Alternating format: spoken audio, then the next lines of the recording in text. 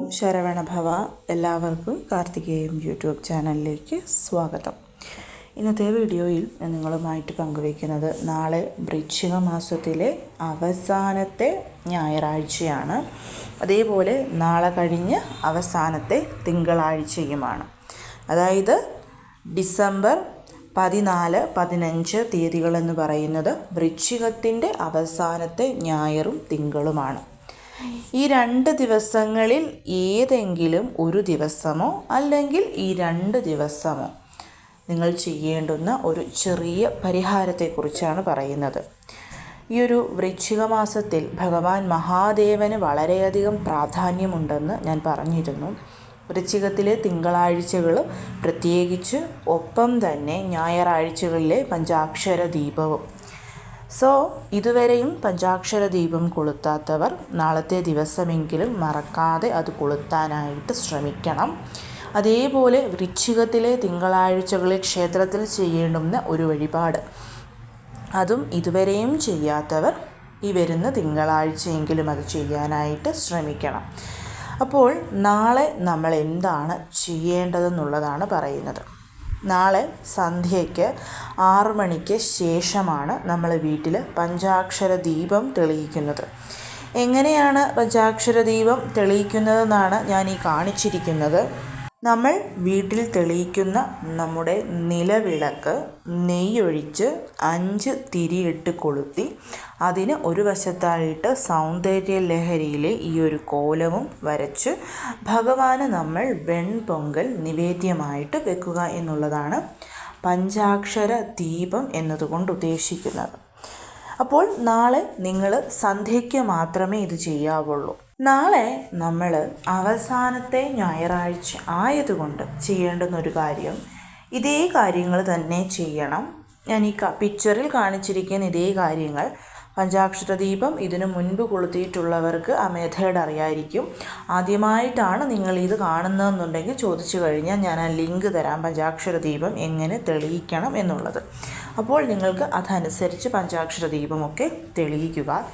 തെളിയിച്ചതിന് ശേഷം നിങ്ങൾ ചെയ്യേണ്ടത് 5 കൂവളത്തില എടുക്കുക എന്നുള്ളതാണ്.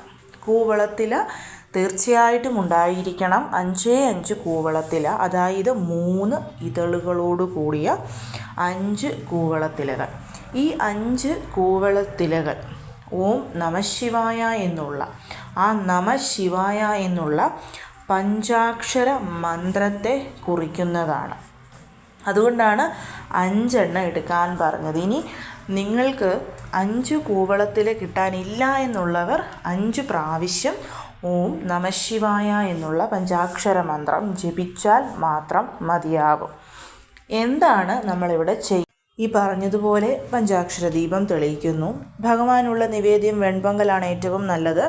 അത് ഉണ്ടാക്കി വെക്കാൻ പറ്റില്ലാത്തവർക്ക് എന്തെങ്കിലും ഒരു ഫ്രൂട്ട്സ് സമർപ്പിച്ചാലും മതിയാവും. ശേഷം നിങ്ങൾ 5 കൂവളത്തില എടുക്കുക. ഇവിടെ ഒരു കൂവളത്തില എടുത്തോട്ടെ എന്ന് ചോദിക്കരുത്, 5 എണ്ണം തന്നെ വേണം. 5 എണ്ണം കിട്ടാനില്ലെങ്കിൽ നിങ്ങൾ ചൊല്ലിയാൽ മതിയാവും.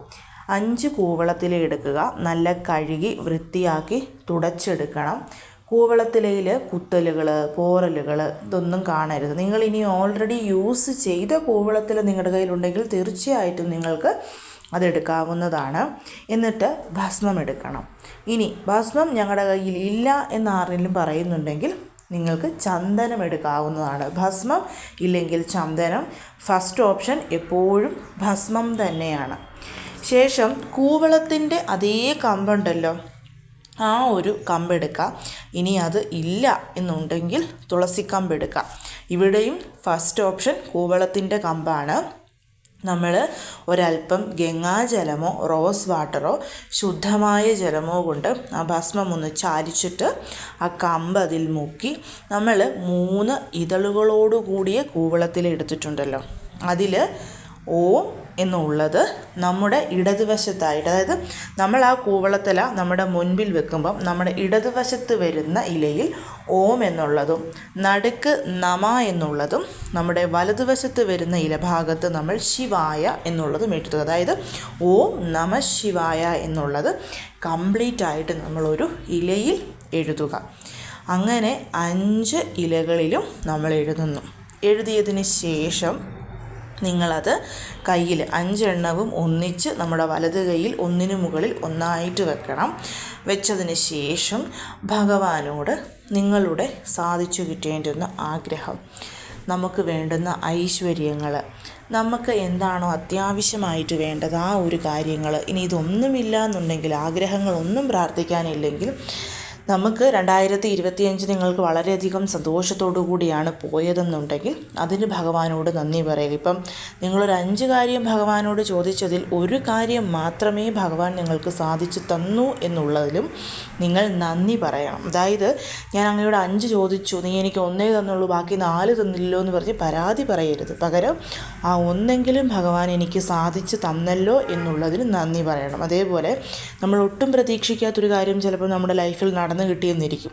ഇതൊരിക്കലും എൻ്റെ ജീവിതത്തിൽ സംഭവിക്കില്ല എന്ന് നമ്മൾ വിചാരിച്ചൊരു കാര്യം മിറക്കിൾ പോലെ നമ്മുടെ ലൈഫിൽ നടന്നു കിട്ടിയിട്ടുണ്ടെങ്കിൽ അതിനും ഭഗവാനോട് നമ്മൾ നന്ദി പറയണം. നന്ദി പറഞ്ഞതിന് ശേഷം നിങ്ങൾ അത് ഓരോ ഇലകളും എടുത്ത് ഓം നമഃശിവായ ചൊല്ലിക്കൊണ്ട് ഒന്നെങ്കിൽ ആ നിലവിളക്കിനെ തന്നെ ഭഗവാൻ എന്ന് സങ്കല്പിച്ച് സമർപ്പിക്കാം. അങ്ങനെയല്ലെങ്കിൽ വീട്ടിൽ ഭഗവാന്റെ ഫോട്ടോയോ ശിവലിംഗമോ ഉണ്ടെങ്കിൽ അതിന് ഓം നമഃശിവായ പറഞ്ഞുകൊണ്ട് നിങ്ങൾ അർച്ചിക്കുക.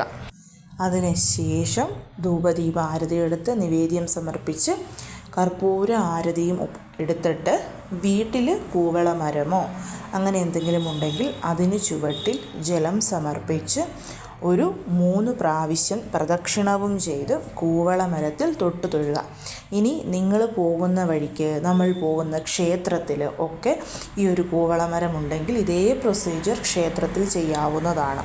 ഇനി ജലം സമർപ്പിക്കാൻ മടിയുണ്ടെന്നുണ്ടെങ്കിൽ ആ കൂവളമരത്തിൻ്റെ ചുവട്ടിൽ പോയി അതിനെ തൊട്ട് തൊഴുത് അതിന് 3 പ്രാവശ്യം വലം വെച്ചാലും മതിയാവും. ഇത് നിങ്ങൾക്ക് ഞായറാഴ്ച ചെയ്യാവുന്നതാണ്. ഞായറാഴ്ച ചെയ്യാൻ സാധിക്കാത്തവർക്ക് തിങ്കളാഴ്ച ചെയ്യാം. ഞായറും തിങ്കളും നിങ്ങൾക്കിത് ചെയ്യാവുന്നതാണ്. തിങ്കളാഴ്ച നിങ്ങളിത് ചെയ്യുകയാണെന്നുണ്ടെങ്കിലും ഇതേ പ്രൊസീജിയർ തന്നെയാണ്. പക്ഷേ പഞ്ചാക്ഷര ദീപം കൊളുത്തി ആ ഒരു കോലം വരയ്ക്കണം എന്നൊന്നുമില്ല. 5 തിരിയിട്ട് നിലവിളക്ക് കൊളുത്തി ഇതേ കാര്യം ചെയ്യുന്നത് വളരെ വളരെ ശ്രേഷ്ഠമാണ്.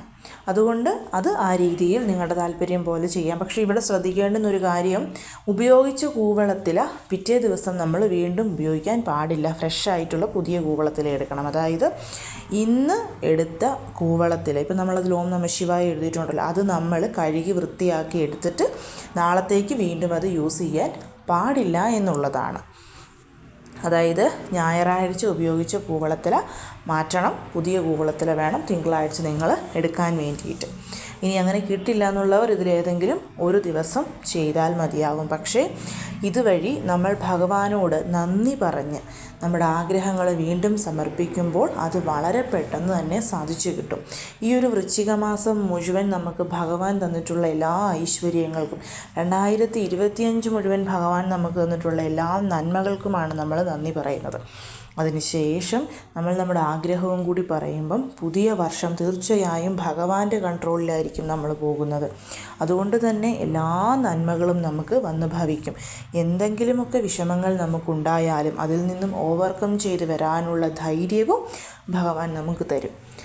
സോ കഴിയുന്നതും എല്ലാവരും നാളത്തെ ദിവസം ഇത് ചെയ്യണം. വളരെ ഈസിയാണ്. വെറും 5 പ്രാവശ്യം ഓം നമഃശിവായ ചൊല്ലിക്കൊണ്ട് ഭഗവാന് സമർപ്പിക്കുന്ന ഈ ഒരു കാര്യത്തിൻ്റെ ഫലം എന്ന് പറയുന്നത് 5000 വർഷങ്ങൾ നമ്മൾ ശിവപൂജ നടത്തിയ ഫലമാണ് നമുക്ക് ലഭിക്കുന്നത്. സോ എല്ലാവരും ഇത് ചെയ്യാനായിട്ട് ശ്രമിക്കണം. ഒന്നെങ്കിൽ നാളെ ഞായറാഴ്ച, ഇല്ലെങ്കിൽ നാളെ കഴിഞ്ഞ് തിങ്കളാഴ്ച നിങ്ങളുടെ സമയവും സൗകര്യവും അനുസരിച്ച് ചെയ്യാൻ ശ്രമിക്കും. എല്ലാവരെയും മുരുകൻ അനുഗ്രഹിക്കട്ടെ.